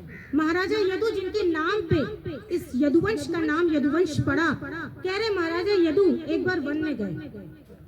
वन में जाकर के वहां पर एक वन में एक बहुत सुंदर सा संत था, हष्ट पुष्ट, बहुत आनंद में। तो महाराजा यदु ने पूछा कि मैं तो महलों में रहता हूँ, आगे पीछे नौकर चाकर हैं, फिर भी मैं इतना आनंद में नहीं रहता। आप यहाँ यहाँ वन में हैं, आपको खाने को क्या मिलता होगा, ये पत्ते फल फूल, इससे भी आप इतने हष्ट-पुष्ट और आनंद में दिख रहे हैं। वो संत उठे, उन्होंने कहा मुझे दत्तात्रेय के नाम से जाना जाता है और मैंने अपने जीवन में 24 गुरु बनाए। कितने गुरु? 24। महाराजा यदु ने कहा हमें तो पता है कि सिर्फ एक गुरु ही जीवन में होना चाहिए जिनसे दीक्षा हो, उसके अलावा और कोई गुरु नहीं होना चाहिए। दत्तात्रेय जी ने कहा दीक्षा गुरु तो एक ही होना चाहिए, पर शिक्षा लेने में थोड़ी न मनाही है। शिक्षा तो आप कितनों से भी लीजिए। तब देखिए दत्तात्रेय जी कितना सुंदर वर्णन कर रहे हैं, 24 गुरु। उन्होंने कहा मैंने अपना सबसे पहला गुरु पृथ्वी को बनाया। किसको बनाया? पृथ्वी। देखो कितना कुछ सहती है। कौन सा ऐसा धर्म है जो हम और आप यहाँ पर करते नहीं है? खोदते हैं, पीटते हैं, सब करते हैं धरती पे। हमारे तो मुख पे एक मच्छर भी बैठ जाए तो हम क्या करते हैं? आपके मुख पे मच्छर बैठ जाए तो क्या करेंगे? मार देंगे ना उसको। और धरती पर देखिए रह करके हम सारे तरीके के कर्म करते हैं। धरती हमें कुछ कहती है? धरती का एक नाम है क्षिति, क्षमा कर देना। यदि धरती से हम क्षमा करना सीख लें तो हमारा जीवन बड़ा निर्मल हो जाए। हम तो एक मच्छर तक को नहीं बैठने देते, और धरती तो देखो अधर्मी विधर्मी धर्मी सबके लिए कोई मनाही नहीं है धरती पे रहने से। कहा दूसरा गुरु किसको बनाया? तो दूसरा गुरु बनाया वृक्ष को। वृक्ष पे पत्थर मारो तो क्या देता है? फल। फल जब तोड़ने होते हैं वृक्ष से तो कैसे तोड़ते हो? पत्थर मारते हो ना। एक बार एक व्यक्ति था, पत्थर मार रहा था वृक्ष पे और फल तोड़ रहा था। वो पत्थर जाके एक राजा पे लग गया। तो राजा ने कहा, राजा ने उसे बंदी बना लिया, ले गए। उस व्यक्ति से पूछा तुमने हमें पत्थर क्यों मारा? व्यक्ति ने कहा मैं तो बहुत भूखा था, मैंने आपको पत्थर नहीं मारा, मैंने तो वृक्ष को पत्थर मारा। पर देखिए विडंबना, वृक्ष को पत्थर मारता तो मुझे फल मिलता, और आप पे पत्थर पड़ गया तो मुझे जेल मिलेगी या उम्र कैद मिलेगी, या मुझे हो सकता है फांसी का ही दंड दे दे। राजा को भी समझ में आया कि वृक्ष यदि इसको पत्थर के बदले फल दे सकता है तो क्या मैं इसको छोड़ नहीं सकता, इसलिए छोड़ दिया। एक बार तो बोलो राधे राधे। तो ये सीखा वृक्ष से। फिर वायु से क्या सीखा? वायु जब बहती है तो असंग होके बहती है। देखो कहीं पर सुगंध होती है, कहीं पे दुर्गंध होती है। सुगंध को भी पार कर जाती है, दुर्गंध को भी पार कर जाती है, बिल्कुल निर्मल बहती रहती है। कहा फिर चौथा गुरु, जरा गिनते रहना, जल को बनाया। जल देखो कितना निर्मल स्वच्छ। जब ये हृदय का मन, हृदय का ये जो शीशा है ना, ये साफ होगा तभी प्रभु दिखेंगे। हृदय में ही प्रकट होंगे, पर इस हृदय को तुमने भर रखा है कूड़े और कचड़े से, तो दिखते नहीं है। तो जल से ये सीखा। फिर जल के बाद वायु, जल, अग्नि से क्या सीखा? कि ईंधन जो अलग अलग होता है तो उससे अग्नि का शेप भी अलग अलग होता है। ऐसे ही आत्मा, चाहे एक मनुष्य शरीर 6 फीट के शरीर में हो या एक चींटी के शरीर में हो, आत्मा तो वही होती है। चींटी मच्छर को तो हम लोग ऐसे मारते हैं कि पूछो मत, पर समझ लेना जो हम में आत्मा विराज रही है वही चींटी और मच्छर में भी होती है। फिर कहा अगला किसको बनाया? तो कहा चंद्रमा को बनाया। चंद्रमा अष्टमी वाले दिन हम कहते हैं कि आधा है, पूर्णिमा वाले दिन कहते हैं पूरा। ऐसे ही देखिए हमारे जीवन में भी बचपना आया, जवानी आई, प्रौढ़ावस्था आई और फिर वृद्धावस्था आई। तो ये शरीर के धर्म है, इससे आत्मा को कोई फर्क नहीं पड़ता। कहा सूरज से सीखा मैंने कि गर्मी में वो वाष्प ले लेता है धरती पर से और वर्षा ऋतु पे वनस्पतियों पे बरसा देता है। कहते हैं मैंने सीखा कि समाज से जो लो वो समाज को वापस कर दो। एंड सब नहीं लेना है। जैसे हंस कैसे दूध और पानी को अलग अलग कर देता है, केवल दूध पीता है, पानी नहीं। ऐसे ही अच्छी आदतें लेनी है समाज से, गंदी आदतें नहीं लेनी है। फिर नेक्स्ट गुरु बताया कबूतर। अब आप और हमको कहें कबूतर को गुरु बना ले तो बनाएंगे? आप बनाएंगे? कितने लोग कबूतर को गुरु बनाएंगे? हाथ उठाइए। तो आप कहेंगे कबूतर ऐसा क्या करता है, यही कहेंगे ना? बोलो तो जरा मैया, कबूतर को गुरु बनाओगी? दत्तात्रेय ने देखो कबूतर को गुरु बनाया और क्या सीखा कबूतर से। एक बार कबूतर और कबूतरी दाना चुगने गए थे। तो दाना चुगने गए तो उनके जो बच्चे थे उसको जाल में फंसा लिया एक शिकारी ने। कबूतरी आई, हाय मेरे बच्चे, हाय मेरे बच्चे, जाल में कूद गई। कबूतर ने कहा जब मेरी पत्नी जाल में है, बच्चे जाल में, तो मैं क्या करूं, मैं भी कूद जाता हूं। देखो भाई, दुनिया में आए अकेले हो और जाओगे अकेले। ये जो बीच का समय मिला है ये माया मोह का है, परंतु हमें कोशिश करनी चाहिए अकेला चलो। तो कबूतर से ये सीखा दत्तात्रेय जी ने। फिर अजगर से सीखा। अजगर से कुछ सीखने को है। अजगर करे न चाकरी, पंछी करे न काम, दास मलूका कह गए सबके दाता राम। तो अजगर से ये सीखा कि पड़ा रहता है अजगर, हष्ट पुष्ट है, परंतु एक सांस लेता है जोर से, जो भी आ जाता है उतना ही बस पा लेता है, कुछ भी इच्छा नहीं करता और आगे पाने की कुछ भी चेष्टा नहीं करता। तो यही सीखा कि संत को जिस दिन मालपुआ मिल जाए खूब उड़ा ले, और ना मिले तो सूखी रोटी भी पाले। ऐसी आदत ना बनाए कि मालपुआ ही मिल गया एक दिन तो अब 7 दिन मालपुआ ही मिलेगा। ये सीखा अजगर से। सागर से सीखा, सागर से गंभीरता सीखी। देखो अधजल गगरी छलकत जाए, सागर में कितनी गंभीरता होती है। इतनी नदियां हैं सागर में मिलती हैं जाके, फिर भी सागर कभी भी अहंकार नहीं करता। कितना गंभीर है सागर। सागर से ये सीखा। फिर किससे सीखा, तो कहा मधुकर से सीखा, भंवरे से। भंवरे से क्या सीखने को है, सोचो तो जरा। मेरे पास केवल 10 मिनट है, टाइम लिमिट आ चुकी है। भंवरे से क्या सीखोगे? भंवरे से ये सीखा कि किसी भी फूल पर बहुत देर तक नहीं बैठता। एक फूल पे थोड़ी देर, फिर दूसरे पे, फिर यही तो करता है ना भंवरा। तो ऐसे ही होना है। संत को क्या करना चाहिए? आप कहेंगे ये संतों के लक्षण है। ये कृष्ण उद्धव जी को बता रहे हैं, क्योंकि अब उद्धव जी कह रहे हैं कि मुझे असंग होके रहना है, क्योंकि कलयुग आ गया है। अब इस कलयुग में मेरा तो पार नहीं लगने का, क्योंकि प्रभु को कहते हैं भवाब्धि पोतम। क्या कहते हैं? भवाब्धि पोतम। जो इस भव सागर से पार करा दे, ऐसा पोत है, ऐसा जहाज है। प्रणत कामदम प्रभु को कहा है, जो इनकी शरण चला जाता है उसकी सारी कामनाओं का नाश हो जाता है। ये तो नहीं कहेंगे कामनाएं पूरी हो जाती हैं, क्योंकि इस धराधाम पे ऐसा कोई नहीं है जिसकी कामनाएं सब पूरी हो गई। 100 रुपए होते हैं तो 1000 पाने हैं, 1000 है तो 10,000। तो कामनाएं पूरी तो कभी नहीं होंगी, पर खत्म हो सकती हैं प्रणत कामदम के चरणों में जाके। अगला गुरु बनाया एक पिंगला पक्षी, पिंगला वैश्या। पिंगला वैश्या क्या करती है? इंतजार करती है कि कोई आएगा और मुझे धन मिलेगा, और बाद में अपने ही माथे पर हाथ रख के रोती है कि इतना इंतजार तो मैंने प्रभु का किया होता तो प्रभु आ गए होते। तो देखिए दत्तात्रेय जी एक वेश्या से भी सीख रहे हैं। सीखने की बात ये है, हम और आप हों तो सोचते हैं कि हम इनसे क्या सीखेंगे, हम उनसे क्या सीखेंगे। हम तो कुछ ऐसे लोगों से, देखिए वैश्य तक से सीख लिया दत्तात्रेय जी ने। एक बार बोलो तो जय दत्तात्रेय जी की, दत्तात्रेय जी की जय हो। इतने गुरु बनाए। एक बाण बनाने वाले को भी गुरु बनाया। एक व्यक्ति बाण बना रहा था, वहाँ से बारात निकल गई, उसको पता ही नहीं चला। किसी ने पूछा यहाँ से बारात निकली क्या? बोला मैं तो बाण बनाने में बहुत व्यस्त था, मुझे पता ही नहीं चला। तो ऐसा होना चाहिए। पता चला आप कल से कुछ नाम जप करें, कुछ माला करें, कुछ भजन करें, तो कहें ये बगल वाले शोर बहुत करते हैं। तो ये बाण बनाने वाले से सीखिए कि हजारों की भीड़ हो चाहे एकांत हो, हमको स्थिति एक ही रखनी है। सर्प से सीखा। देखिए सर्प कितना चालाक होता है।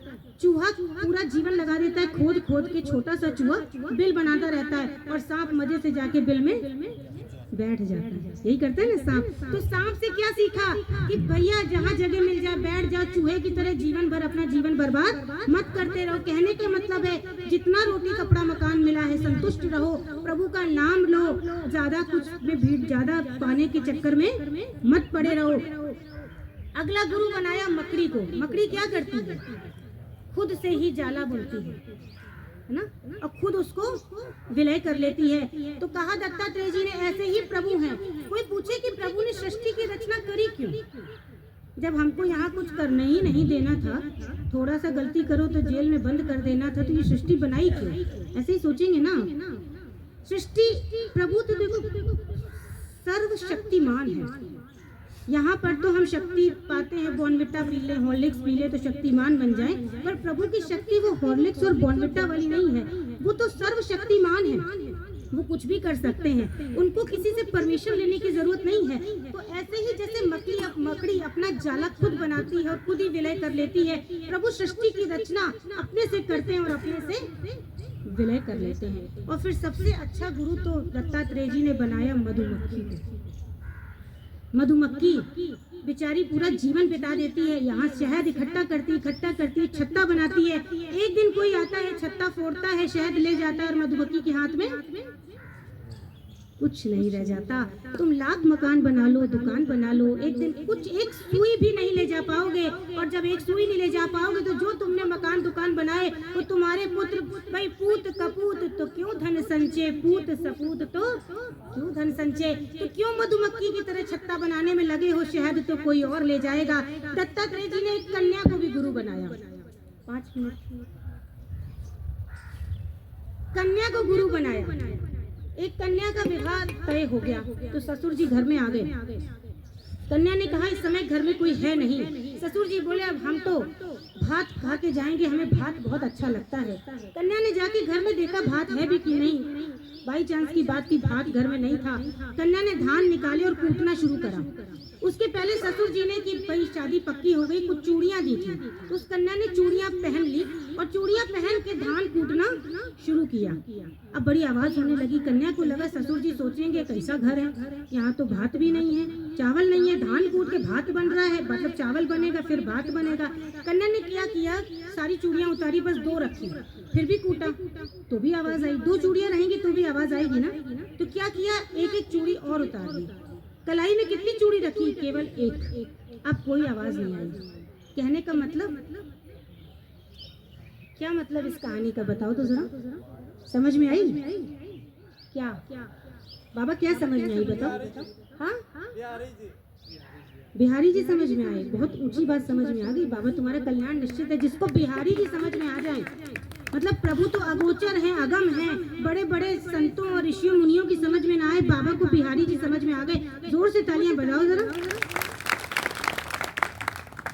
तो ये सीखा कि जब भी 2 रहोगे ना तो खटपट होगी।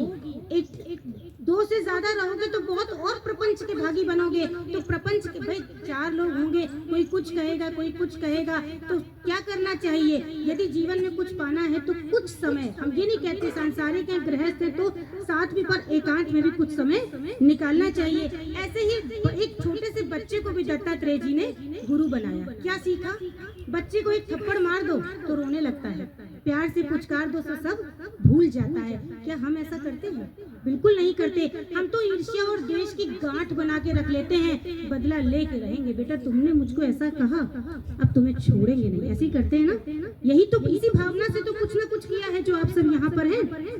कुछ ना कुछ तो ईश्वर दे। तो ऐसे बालक की तरह बनना। और जब देखो बच्चा बन के आए हो, बच्चा बन जाओगे, बच्चे जैसे निस्वार्थी बन जाओगे तो प्रभु के हो जाओगे। तो ये 24 गुरुओं का वर्णन है। इससे उद्धव जी को संन्यास योग की शिक्षा मिली और हमें ये शिक्षा मिली कि संतन के संग लागरी।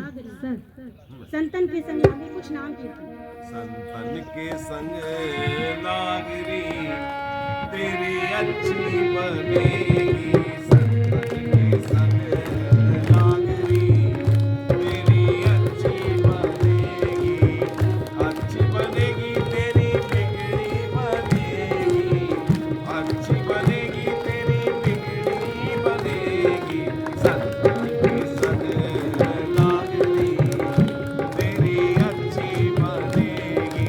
संतन के संग लागरी तेरी अच्छी बनेगी।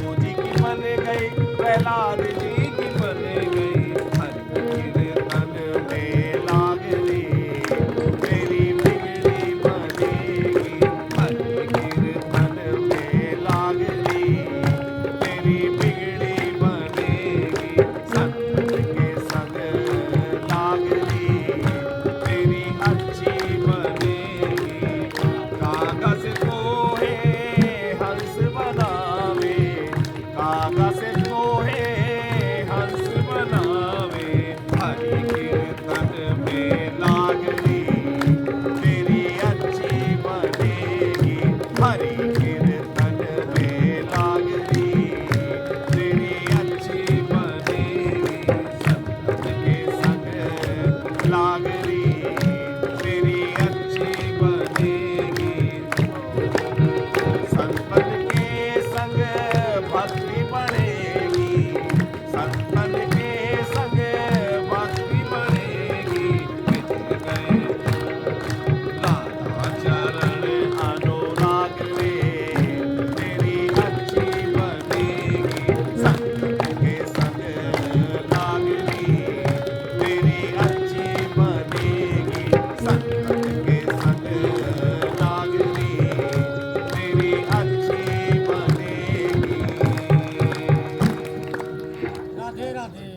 उद्धव जी को उपदेश करने के बाद श्री कृष्ण एक पेड़ के नीचे जाके बैठ गए और उस बहेलिये ने जो उस कील से बाण बनाया था वही प्रभु के चरणों में उनकी लीला का स्मरण करने वाला बन गया।